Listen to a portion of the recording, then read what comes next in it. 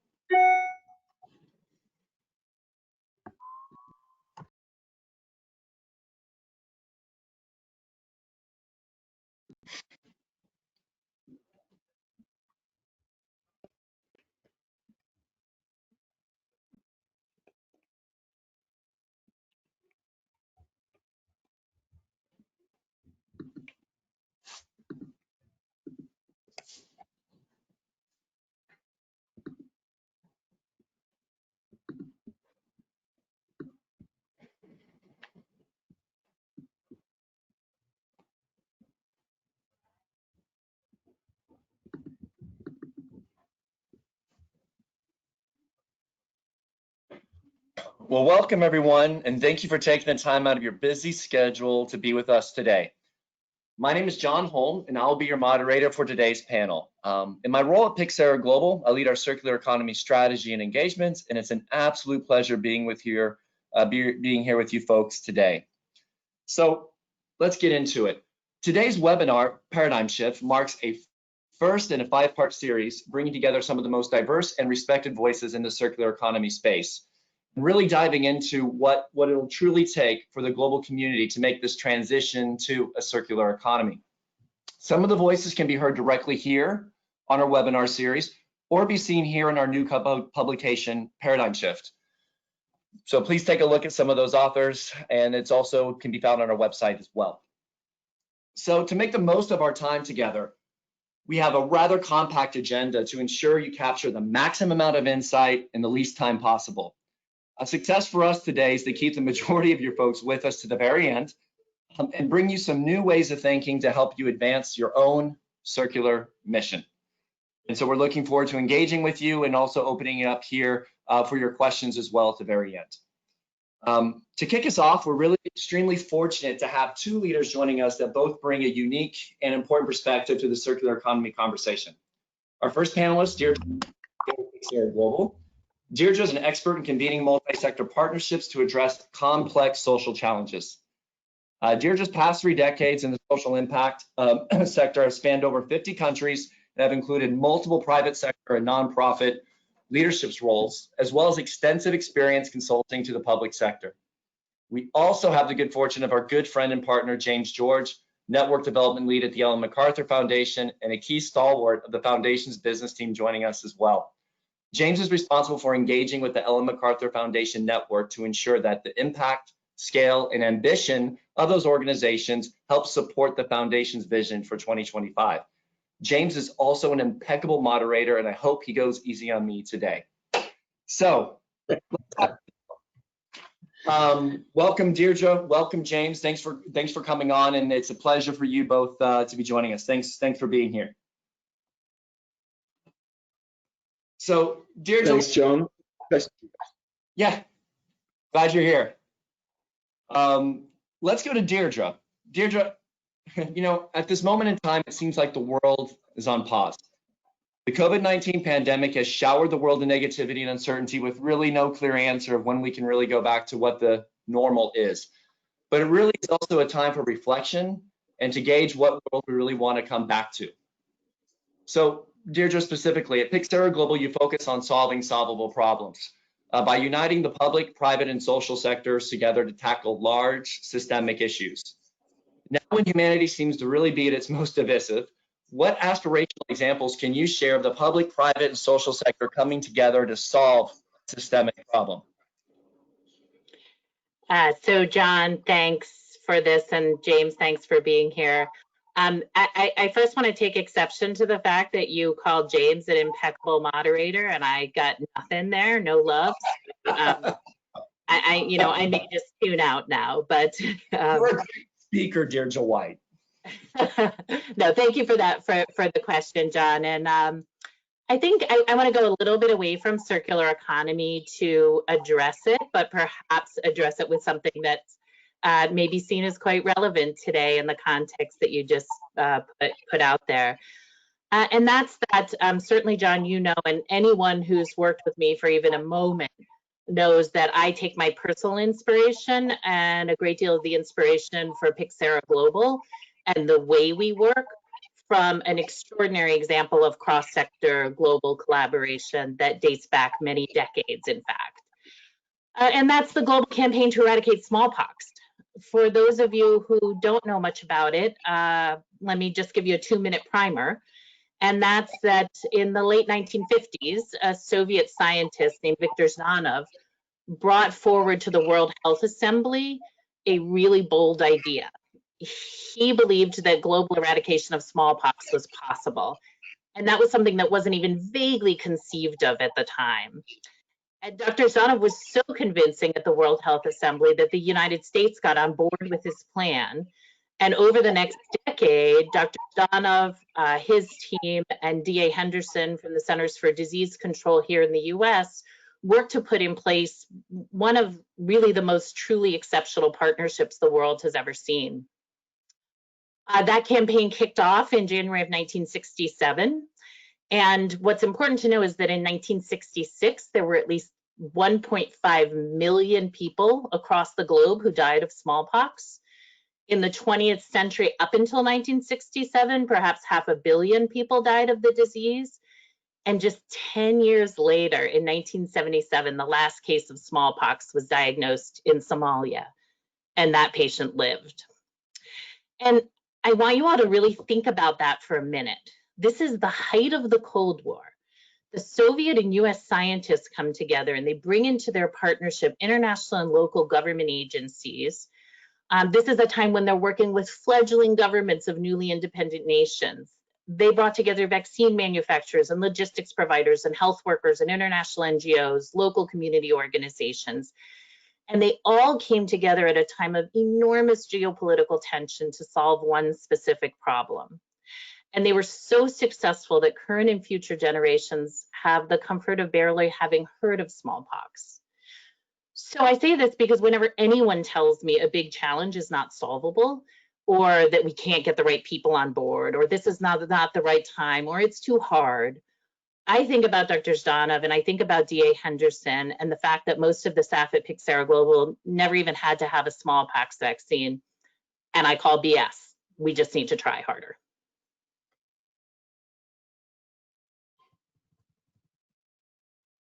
That's a really good example, Deirdre, and I think it's one that really speaks to us coming together at a time to really solve these problems. I want to now take that concept you brought in and transition to circular economy. We know that it's systemic by design, that it really takes the private and public and social sector working together to move us forward. I think one thing, though, that happens in the space is that the conversation of why the public and private and social sector coming together is necessary for circular economy. While we view it as systemic within our organization, as well with other folks like the MacArthur Foundation, many out there in the space think that they can just take a siloed approach to solving this problem. Can you unwind this a little and give specific context of why you think it's essential that all three sectors must work together on our track to move towards circularity? You know, look, when we talk about circular economy, I think we have to take our inspiration from nature, right? There's no waste in a natural system. There are no excess materials introduced. Everything in nature is raw material for something else. But that only works because seemingly unrelated players are in harmony in a really complex system. And that's what we need to happen in our understanding of and our redefining of sustainability and prosperity. We have to be able to look at seemingly unrelated players, not depend like nature does on the relationships to be defined organically. We have to foster that harmony. We need to bring together what might look like strange bedfellows on the surface if we're going to reimagine a sustainable future. And so, for instance, it's great that so many corporations are vocal and visible on the importance of recycling. I applaud that. I think everyone applauds that. It's an extremely important step forward. But we also know there isn't a fraction of a fraction of a fraction of a fraction of the infrastructure needed to support mass recycling at this time. So companies can't just produce without taking an interest and even making an investment in where their products end up. And that means the private sector has to work with the public and social sectors on these issues. We're interdependent, and complex problems need complex solutions. Until we all figure out how to work together, and use the skills of organizations like Ellen MacArthur Foundation to bring together those strange bedfellows, our progress is going to be limited. We're going to stay in these silos that say this is the private sector we produce, these are the consumers we consume, and then all of you other people out there doing the nice work of recycling, you can stay in your own sector. We've got to force the recognition of our interdependency and provide the tools and abilities for us to break down these silos. Yeah, I really like your point there. Complex problems need complex solutions, and I think that's really applicable to the circular economy equation. You know, one thing we really pride ourselves on as an organization is working closely with the private sector, and I think, you know, it'd be really important, given that with your work and the conversations you have working with our private sector partners, what is their role in this space? What do you think is their role in this transition, in this paradigm shift towards a circular economy? And not just that piece, but what gives you hope that this can truly be a paradigm shift to a new way of doing business? So let me answer that a couple of ways. I'll start with the hope, and then perhaps share a caution, and then James can bring us back to hope. PYXERA Global, our entire organization, is built around collaborating with the private sector and helping to bring private sector resources, a host of private sector resources, not just financial, but human capital and technology and networks and knowledge, to bring those resources to actually address complex challenges. And over the course of the last 30 years, we've seen real sea change in the willingness and ability of the private sector to do that. I think that sea change has been a result of the recognition of the private sector that most any social problem that you can identify is material to business in some way. Some social challenges more material to some businesses than others. Where circularity is concerned, I think there's clear evidence that this paradigm shift has already begun. If you look back less than a decade ago, anything that was kind of sustainability programming or focused on environment, green programming was seen as, was seen as CSR Foundation initiative. But circular economy is now seen, at least by smart companies, as an issue that is clearly material to the business. And that is partially because there's a growing acceptance that resources are not unlimited. Partially it's because there's a demand from employees, from consumers, from the general public. So we do see lots of corporations trying to find this balance and to deliver value on the circular side. SAP, for instance, has created a new circular technology around what they're calling plastic cloud. So combining business with an ability to have technology that helps us to solve these challenges. Adidas has their ocean plastic tennis shoes that everyone's, I think, fairly well aware of. There's lots of amazing incubators and startups out there. Circular economy is definitely a business proposition right now. Where I would throw caution in there is that, in my estimation, there's not enough happening fast enough, given the challenges facing the planet. We don't have the luxury of the decade that Victor Zdanov and D.A. Henderson took to get the partners on board to really affect major change. We have to accelerate this. We cannot just let even the sea change I spoke about, that sea change is too small given the scope of the problem. So we've got to move more quickly. The private sector has to move more quickly, but also the public sector needs to move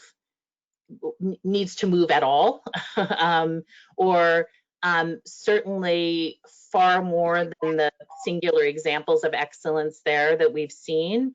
And the not-for-profit sector needs to really transform their thinking in their willingness and ability to work with the private sector and to partner with companies that they have seen as part of the problem and incorporate them into the solution. So I am highly optimistic, but I am cautious that there is a real mindset change required, yes, in the private sector, but even more so in the public sector and in the not-for-profit, the social sector. Thank you, Deirdre, for those comments. I mean, I think what we're saying makes a lot of sense. I mean, every sector, every organization is complicit in wanting to really have a role in marking this transition and being part of this paradigm shift. So thank you for your comments. And on that note, I'm going to transition to James. So pivoting to you, sir. You know, MacArthur Foundation has kind of been leading the call to action for this paradigm shift for a circular economy for over 10 years almost. I can't believe that. You know, what's interesting is while your reach is global and it's growing, which is fantastic now, getting to the continent, getting on Africa, it seems in the media, in the classrooms, and at conferences, the focus of the circular economy revolves around a European or a North American context. And I know a lot of us are sitting going, yeah, but it's global. It needs to be a local thing. But let's stay in Europe and North America for a second. As many of today's listeners are from the US or in Europe at the moment, it would be great if you could highlight some of the key differences in the US marketplace specifically and in Europe regarding the advancement of circularity, specifically related to the public sector's role in the transition or the paradigm shift towards circular economy. Thanks, John, and thanks, Deirdre. Before we get into that, I guess two elements I'm going to pull out. First, and the irony isn't lost on me that I'm about to talk about what's happening in Europe, sitting currently in the UK following Brexit. And the second part is just Deirdre's point about that idea around smallpox and how that trend that it's all too difficult to do things differently and in a different way, and that business pivot. And I think we've seen that again through the current elements we're experiencing with COVID, where for a long time now, the corporate community, the systems that we operate in, when we look at bringing about change and shifting the paradigm, have said it's all too difficult. Yet over the course of the last 6 or 7 weeks, we have seen multiple global businesses pivot their production lines, their manufacturing lines overnight.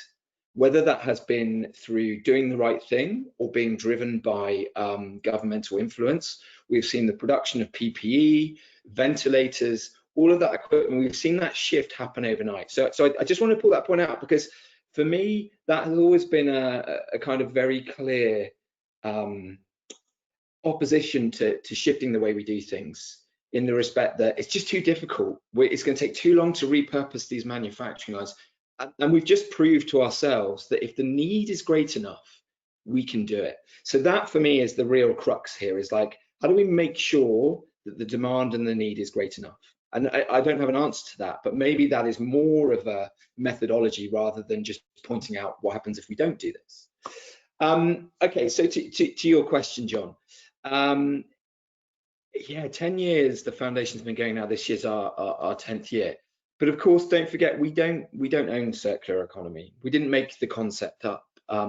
There are examples of circular economy out there that may have been called something very different that's been in existence for 10, 20, 40, 100 years. You take some of the thinking in places like China and Northern Asia, processes that are just called something else and done because they make perfect sense.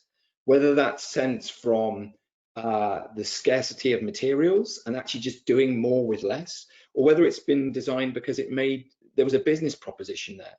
It's called something else, but the principles of circular economy are embedded in there, and that's also really exciting. When we look at a difference between Europe and North America, and arguably we started our journey in Europe. We started our journey 10 years ago by exploring the topic with CEOs and economists, what Ellen did obviously, economists and CEOs in Europe, and understanding what were the opportunities, the fiscal opportunities from a European context. When we published our Growth Within report first in 2013 and then revised in 2015, it pointed to 1.3 trillion euros of opportunity for businesses that adopted circular economic mindsets and circular economic principles. Even 6-7 years ago, over €1 trillion is still a huge amount of fiscal opportunity that at the moment is being left on the table.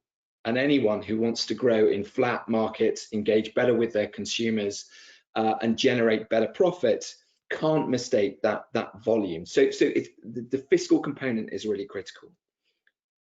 One of the key differences when I look at the conversations I have in North America and the conversation I have in Europe is quite honestly around the maturity of the idea. And I don't think anyone will kind of chastise me for saying that. The Europeans in general have been just at this a little bit longer. So it's not that they know more, it's just they've been talking in these terms a lot longer. The pervasiveness of the idea has had time to permeate across countries, across borders, across economies. In the US, they started about 4 or 5 years ago. And the US and North America are very quickly catching up. But there has to be that latency when you're trying to bring in a new way of doing things, a new economic theory that takes time for people to understand. And you also need to design those learning opportunities so they resonate with different elements of society. And you can talk to people in terms that they understand. But for me, one of the big differences, it comes down to this idea around policy and the public sector. In Europe, for a long time now, the private sector has been asking for a guiding legislative framework for the European Commission and the organizing governing bodies to say, this is what we think good should look like. Because actually, from a European perspective, and part of this is cultural, they understood what the right thing to do was, but they need that legislative framework to help them actually make it a reality across their value chains and almost give them that opportunity to make those changes without question. And we saw that a few weeks ago with the launch of the circular economy strategy that came from the European Commission, which was a support to the European Green Deal. In North America, the setup is very different. And without going into any detail, so the drive here has to come from the engines of the economy, from the corporate and business entities that actually drive the economies. Because we're not going to be able to agree a unified, ratified legislation for the whole of North America.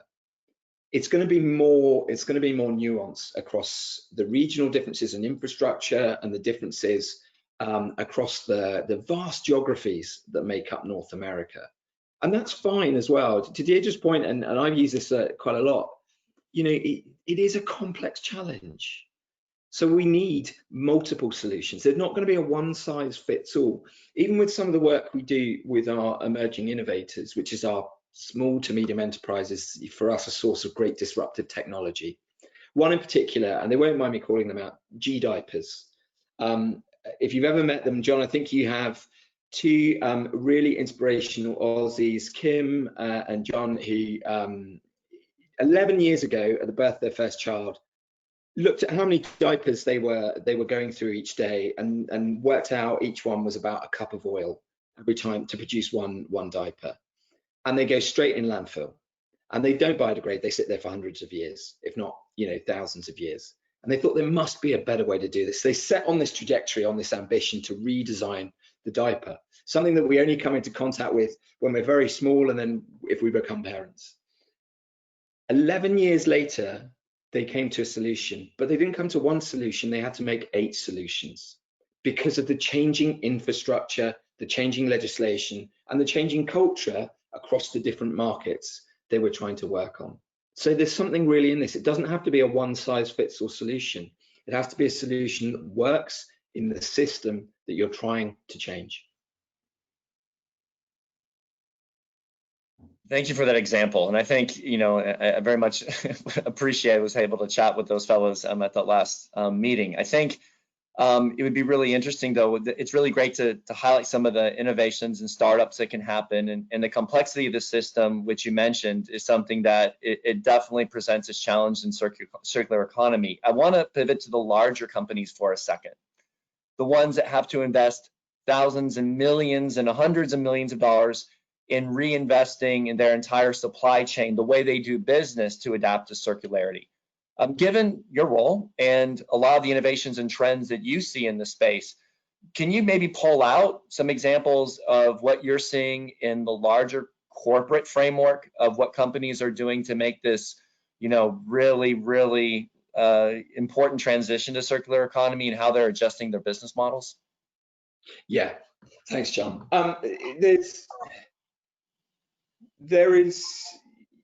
It's very fortuitous, the work, the kind of idea for the foundation is similar with the work that you guys do around having the opportunity to talk to, access, and engage with some of these large organizations, from the folks that have been part of this publication, but also beyond that as well. And I think one of the challenges when you have a large global conglomerate or a large global corporate is where do they start? What is when they first and foremost get this concept of circular economy and the reasons why it motivates for them, which I still advocate should be around fiscal challenges. There are clearly societal and environmental benefits, but in this locked-in transitional linear system we live, we can't escape that 200 to 300 years of development and change. A couple of industrial revolutions, it's not going to change overnight. There has to be a latency. So as we start to think about what that could look in the future, we do have to deal with what is happening right now. So for me, it's about identifying that fiscal opportunity in the business model. What that then leads to is organizations sort of saying, okay, we get it, we get circular economy. Where do we start? And sometimes I'm a little bit flippant, but I think for me, it's about understanding, why is this important to you? What are the aspirations that are driving you to think in this way? Generally speaking, and it's quite simplistic, when I have conversations with the corporate community, they talk to us for a number of reasons. A couple that stick in mind for me, they do it because they identify that this is the right thing to do. Whether that is something they hold internally, whether it is influence or pressure they have from their stakeholders, their shareholders, their customers, but it's the right thing to do. And there's another group that recognize that their competitors are doing it. So actually, if they don't do it, they're going to get left behind. And there's almost a third group then that just spots an opportunity, doesn't think about it as doing something well, just spots a new opportunity, whether that's the application of digital developments, blockchain, Internet of Things, the Uberization of the world around us. They spot an opportunity. Now, for me, the reason why they come to the table, I'm pretty ambivalent. The fact that they come to the table to discuss about doing things differently, then identify that it doesn't matter if you are Google or you're Apple or you're Microsoft or whoever you are, you're not going to control all elements of your value chain. You're not going to control all elements of your supply chain. You need to work with others, you need to collaborate, and you need to collaborate in a way that helps those organizations help you. So by bringing those people together and getting them to work pre-competitively is how they start to shift their system. And we see that a lot across the globe. And to Deirdre's other point, not happening fast enough. Yeah, I agree. But the hopeful bit is there are so many hotspots. Take North America, for example. Lots of really great champions at the moment in circular economy and designing the way they manufacture, produce, and distribute goods and services today that they wouldn't have thought about doing 6 or 12 months ago. Again, it's based on a fiscal argument. It's enabled by technology. There are a number of other factors in there as well. And I could list loads, and I don't want to kind of get to a stage where I list some on who are kind of co-authors for the document and not. So I'm going to steer clear of that. 3M for me is a great example of where they are taking the challenge to themselves, making this a design challenge around material selection. Target have been working with us for about 18 months now. We have an online learning process that we give or help organizations get into to mobilize their own workforce. Target took it and made it an HR competency. So every member of staff in the Target infrastructure had to do a 4-hour module on circular economy. The reason being, because how could they tell their teams, whether it's their CEO, their CFO, their project managers, the guys and girls on the shop floor, how could they tell their teams they wanted to do something different if people didn't understand the reason why?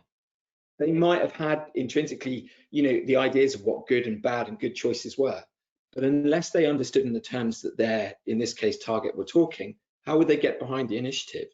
And that was a really great example about thinking through these challenges and looking for new solutions to try and solve it. But there are so many brilliant hotspots with the organizations you work with, Deirdre and John, with the organizations that we work with. The challenge now, very much so, is connecting those points up, showcasing the example. The data is now there, the fiscal data is now there from an investment perspective as well. And we want to see, and I expect to see, an increase in that momentum as we move forward over the 12 months and beyond. That's great. Thank you for that. And thank you for unwinding that a little bit and giving some of those really clear-cut examples as well. And I really appreciate the point on it, the latency period of adapting and understanding it before being able to fully invest in it. Really appreciate that. Now I want to bring a couple of questions to you both, but before doing that, I want to encourage you in the audience, and I'm looking at the numbers, by the way, and you're not dropping off, you're still saying engaged. So we want to continue keeping you engaged. Please feel free to answer any questions you might have for James or Deirdre.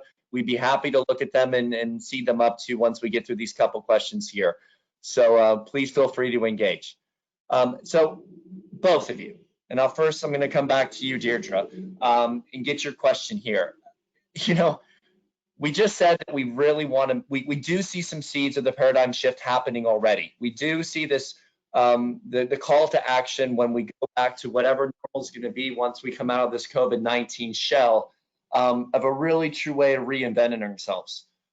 In that context, and really in a Malcolm Gladwellian context, what are the two issues, the two key areas that we need to focus on, Deirdre, to get us to the tipping point where we can really start moving quickly towards a circular economy transition? So two key points that you think must happen for this paradigm shift to happen.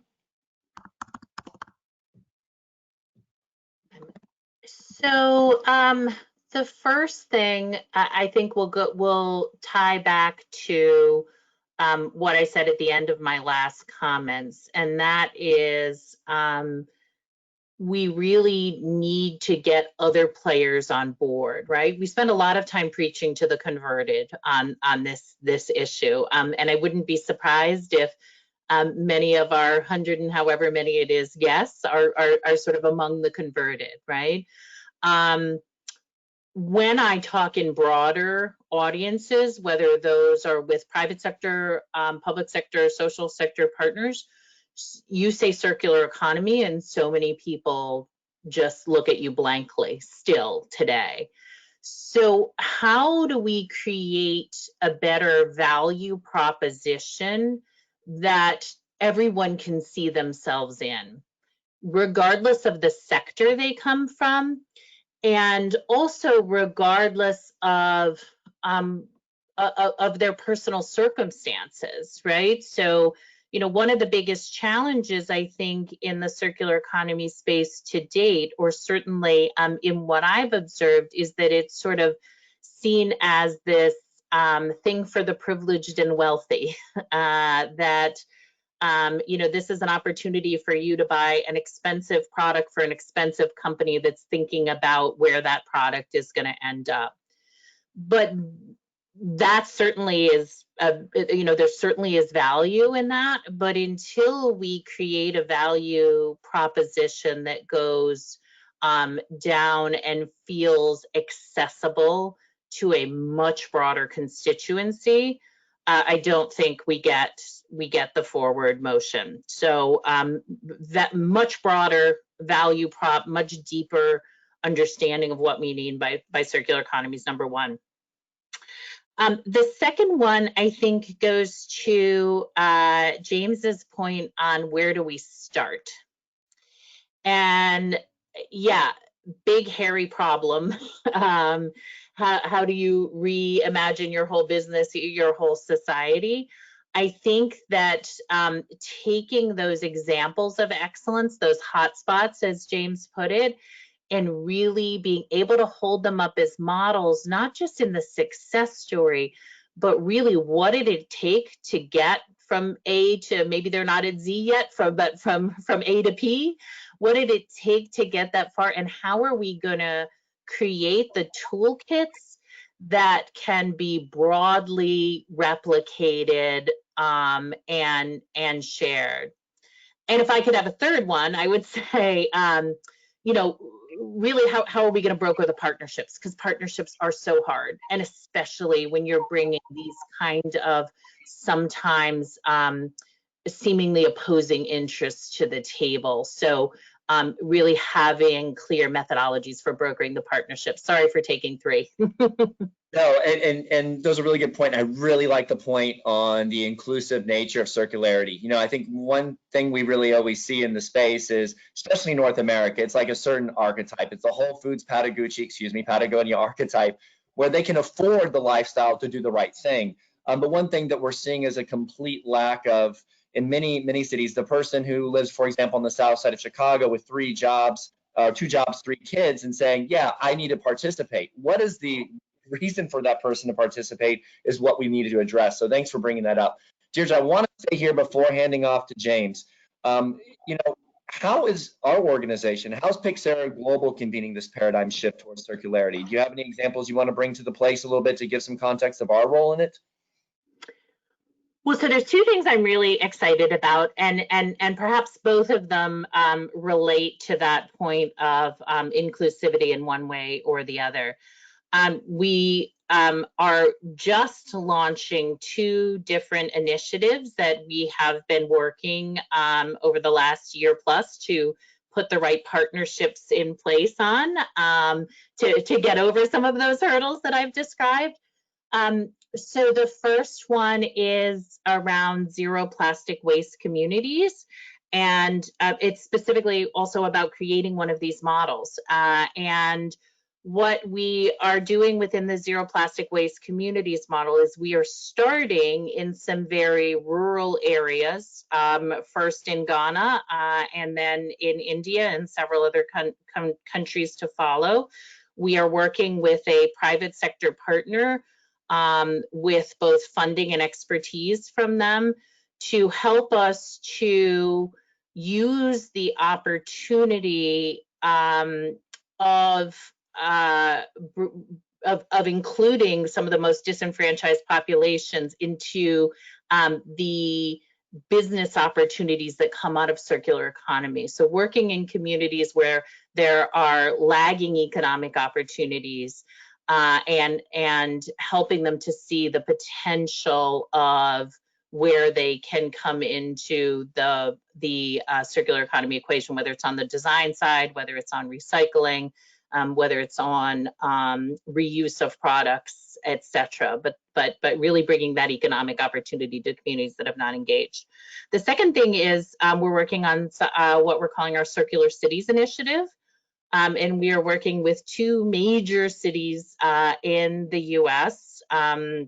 And we're rolling out this initiative in different ways in each of those cities. But the first one that we will announce later this month will actually be working with this city to help them re-envision what an economy post-COVID-19 looks like if it's based in circular innovations rather than in the current models. So using the pause that's been created by COVID and the spotlight that it's put on the lack of economic opportunity as well as the environmental degradation, and using that as a way to launch a whole new way of cities rebuilding their economies. Wow. Okay. Well, that's exciting. Thank you for that. And, you know, I'm just looking down at the bevy of questions coming in. So thanks for taking us to that spot, Deirdre, and highlighting those wonderful concepts. To make sure we have a couple of questions, because I know we have a hard stop at 11:50. I want you to pivot to James now, and for you to kind of take us home. I want to go back to that same question too. So, as you said, there's a lot of complex solutions that we need in space, but let's just say we want to move this conversation as quick as possible forward. What are the two top of mind issues that we need to focus on as a global community to move and make this paradigm shift happen? It's your— Yeah, and to Deirdre's point, like the juices are flowing now. I could probably talk about this for the next hour, but I won't. But I do very quickly want to come back to Deirdre's point around the accessibility of the topic, and you could almost, for me, you could almost paraphrase that as there are only bad choices in a bad system. So actually, at the moment, it may appear that some of the choices through, to use your example, John, the Whole Foods Patagonia wearing archetype is leading the charge. And you know, in the UK, we have a very similar kind of perception of this kind of middle class concept. You can only make choices because you can afford to. But it comes back to, you know, and that's a bit flippant, but it comes back to the point that we do live in current broken systems. When we look at a system that effectively designs, makes, and creates products based on finite resource, we need to reshift and redesign. It is a paradigm shift. You need to reframe those systems in order to make sure that these choices that all of us make day to day, this, you know, this isn't about saying no to straws or paying 25 cents for a bag at the store. It's about that actually when we make those choices, we can only make good choices because the system allows us to do so. And the only way you do that is by engaging with all components of the system. But my top two, and it's almost one that I'll spread into two, but it is the same thing. It's learning for me. It's being able to understand when someone says circular economy, you don't get the blank face. And the only way you do that is by helping everyone to understand what that concept means. And right now, it means different things across the globe, across different industries, across different products and different industries in the same geography. If you take a North American perspective, circular economy is very synonymous with recycling or better recycling. And that's wrong, right? It's a bigger idea. But that's the start of the journey. Once we get everyone there, then we need to push them further. It's not stopping at recycling. The recycling symbol has been around for 45 years, but we only truly close loop 2% of the global material we produce every year. We're never going to recycle our way out of this challenge. Not to shout down on it, but you know, good to see Global Alliance to End Plastic Waste pledged $1 billion to solve the challenge. Roughly speaking, the infrastructure we would need in North America to solve that is 150 billion. All right, we're way off the mark. So this can't just be about recycling. It's got to be about fundamentally, we stick with plastics, for example, it's got to be fundamentally about reuse. It's got to be about remanufacture. It's got to be about design and the right choices in the beginning. This isn't an anti-plastic agenda. This is an agenda whereby we use the plastic materials that the system allows us to circulate. So there's an innovation component here, there's a circulation component, and there's an elimination component when we remove those materials that can't fit in a system. And that changes again across the fields. But learning, education, how do we take everyone on this learning journey? Making, whether that is degree, master, PhD level learning, all the way back to grassroots. My 7-year-old daughter can tell me very explicitly what is good and bad about plastics. Okay, and that's amazing. That's nothing to do with me. That's through her general awareness and education from school. We need to inject that level of magic, that level of curiosity back into this whole topic across the value chain. It's not about the CEOs in isolation. It's not about the large corporates in isolation. It's not about the individual in isolation. It's not about academics in isolation. It's everyone, and everyone doing it at the same time. And the second point, which links to that, is about the message and the narrative. You have to have a clear vision of what you want to do and what good looks like. And you've got to keep referring back to that. as your structure for your future vision, what good looks like. One of our recent trustees who joined, Wolfgang Blau, one of the board members for Condé Nast International, who own Vogue and a number of other publications, joined us on stage at the annual summit in June last year, and he made one comment that has really resonated with me and has stuck with me. And it sticks with me for a number of reasons. One, because I enjoyed talking, but he said it's only when you start to get bored of your own message, when you've said it so many times that other people start to listen. And there's something in that, in the purity of the message, keeping it simple, keeping it repetitive, and keep going. And when you get bored of telling people, design out waste and pollution, keep products and materials in circulation, regenerate natural systems, regenerate natural capital, only when you start getting bored of that is when people start to listen. So learning and clarity of message. That's excellent. Thank you for that point. And and I really appreciate those insights, especially the clarity of message. Okay, so we're wrapping up here. We have 5 more minutes. So thank you both for your comments and engagement thus far. And I'm going to put it out there for a couple questions that came in and go with ones that I think can resonate to the greater stream. So question came in: how do we get the entire ecosystem of companies and organizations engaged when some don't get the same level of financial benefit? So essentially, what is the financial reason and motivation to keep organizations engaged? Why? Deirdre or James, anyone want to tackle that one?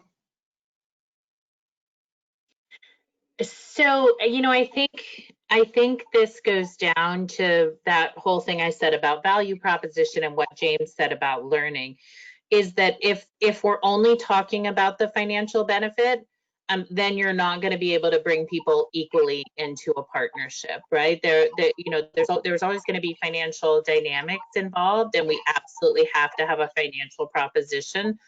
But to assume that we can't put together a value proposition that includes financial benefit and a host of other benefits, I think won't get us very far. We have to be able to talk. I hearken back to the Business Roundtable letter of last fall, where the leaders of the largest corporations in the U.S. have said, look, we have to have a balance between benefit to the company and the bottom line, benefit to the community, and benefit to the employees. And so our value proposition has to be a balanced one that isn't that tells everyone what their benefit is, but that is not exclusively around the finances. Excellent. I'll give a very James, what about you? Example, if I can. South America, Coca-Cola, 14 products in the market in South America, all in different shaped bottles, different types of plastic. Some bright spark, I don't know who it was, decided that actually what we need to do here is bring together the whole supply chain, the whole system. Because at that point, say of those 14 products, one of them was 95% of the material going into the system. So if I'm a recycler, if I am someone in the waste stream community, I'm going to prioritize that because that's what our infrastructure is streamlined for. The other 5–10% doesn't make fiscal sense for us to recycle that. Instead, what Coke did is they did away and unified the bottles that they used in that part of the world. So all of a sudden, overnight, if I'm a recycler, if I'm involved in the waste stream, I only have to focus on one material. Therefore, I don't need multiple processes, I need one process. So automatically there is a saving, a cost saving there because I've got uniformity across the infrastructure. If I'm Coke, I can now get all of those bottles back for all of those products because I have helped the system deliver that material back to me in a fiscal way, but a way that is beneficial for everyone. So there's a fiscal benefit, and I do take Deirdre's point absolutely.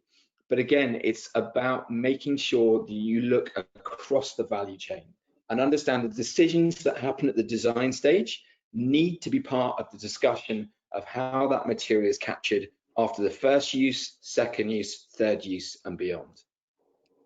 Thank you for that point. And on that note, Deirdre and James, let's just give you a wonderful round of virtual applause. Thank you for your time today and spending time with us. I know that you have a hard stop, and the audience, thank you so much for participating. I know that there was a lot of great questions. Just on that note, This is not done though. Remember, this is the 1 of 5 part of a webinar series. So please come and join us. Our next webinar will be May 21st. It's a path towards circularity, lessons and challenges in the Great Lakes region. June 4th, scale, integrity and impact, building circular partnerships. And then June 18th, circular cities, incentivizing an inclusive path to circularity. Many of those authors will be joining us. And so one more time, Deirdre, thank you very much. James George, thank you very much. And to the audience out there, please feel free to check us out at any time or learn more about the paradigm shift. To register for our webinars, you can click here. And to learn more about our zero waste community initiatives, please join us on our website here. So thank you again, everybody. Have a wonderful day. I hope you got some energy from this, and we look forward to seeing you all soon. Thank you, John. Thanks, James. Thanks, John. Thanks, everyone.